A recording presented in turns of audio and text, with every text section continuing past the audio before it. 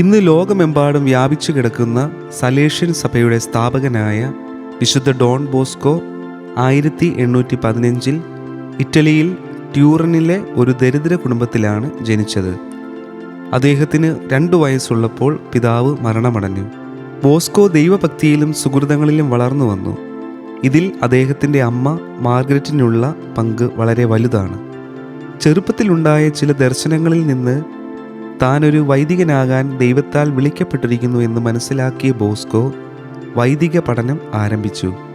സാമ്പത്തികമായ ബുദ്ധിമുട്ടും ജ്യേഷ്ഠ സഹോദരനായ ആന്റണിയുടെ ദുശാഠ്യവും ഒന്നുപോലെ ജോണിൻ്റെ പഠനത്തെ പ്രതികൂലമായി ബാധിച്ചു.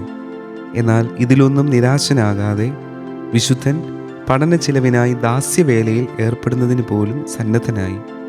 1841 അദ്ദേഹം വൈദിക പട്ടം സ്വീകരിച്ചു. വൈദികനായ ബോസ്കോയുടെ ശ്രദ്ധ തെരുവീഥികളിലും ചന്തസ്ഥലങ്ങളിലും അലഞ്ഞു നടക്കുന്ന യുവജനങ്ങളുടെ നേരെ തിരിഞ്ഞു. അശ്ലീല വിനോദങ്ങളും അസഭ്യ ഭാഷണങ്ങളും കളവും കലഹവുമെല്ലാം അവരുടെ നിത്യതൊഴിലായിരുന്നു. ഇനിയുള്ള തൻ്റെ ജീവിതം അവരുടെ ഉന്നമനത്തിനായി ഉപയോഗിക്കുവാൻ അദ്ദേഹം തീരുമാനിച്ചു. അങ്ങനെയാണ് സലേഷ്യൻ ഓറട്ടറി രൂപം കൊണ്ടത്. വെറും 6 പേർക്കായി തുടങ്ങിയ ഈ ഓറട്ടറിയാണ് പിൽക്കാലത്ത് ഒരു മഹാപ്രസ്ഥാനമായി മാറിയത്. ഓറട്ടറിയോടൊപ്പം ആധ്യാത്മിക ഉന്നതിക്കായി വിശുദ്ധ അലോഷ്യസിൻ്റെ സഖ്യം എന്ന പേരിൽ ഒരു ഭക്തസമാജവും ആരംഭിച്ചു. ഓറട്ടറിയുടെ അംഗസംഖ്യ നാൾക്ക് നാൾ വർദ്ധിച്ചു. ഓറട്ടറിയുടെ ശാഖകൾ പട്ടണത്തിൻ്റെ പല കേന്ദ്രങ്ങളിലും സ്ഥാപിതമായി. ഇതുകൂടാതെ പുതിയ പല സംരംഭങ്ങളിലും അദ്ദേഹം ഏർപ്പെട്ടു. പ്രാർത്ഥിക്കുവാൻ ദൈവാലയം, ഭവനരഹിതർക്ക് ബോർഡിംഗ്, ഓരോരുത്തരുടെയും അഭിരുചിക്കനുയോജ്യമായി തൊഴിൽ ശാഖകൾ, ഇവയെല്ലാം ഈ കാലഘട്ടത്തിൽ വിശുദ്ധനാൽ സ്ഥാപിതമായതാണ്. അദ്ദേഹം തുടങ്ങിയ മറ്റൊരു പ്രേക്ഷിത പ്രവർത്തനമാണ് ധ്യാന പ്രസ്ഥാനം. എല്ലാ വിഭാഗങ്ങളിലുമുള്ള യുവജനങ്ങളെ ഉദ്ദേശിച്ചാണ് പ്രസ്ഥാനം തുടങ്ങിയത്.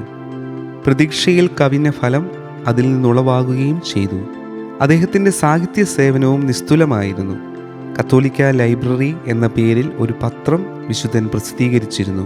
ഇതുകൂടാതെ കത്തോലിക്ക മതതത്വങ്ങളെ വിശദീകരിക്കുന്നതിനും അന്ന് നിലവിലുണ്ടായിരുന്ന പാഷണ്ഡതകളെ തടയുന്നതിനുമായി കത്തോലിക്ക ഗ്രന്ഥാവലി എന്ന പേരിൽ ഒരു ദ്വൈവാരികയും അദ്ദേഹം പ്രസിദ്ധീകരിച്ചു.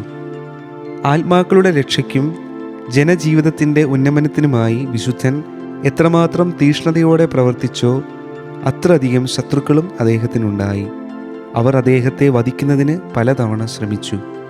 എന്നാൽ ദൈവം അവയിൽ നിന്നെല്ലാം വിശുദ്ധനെ അത്ഭുതകരമായി രക്ഷിച്ചു.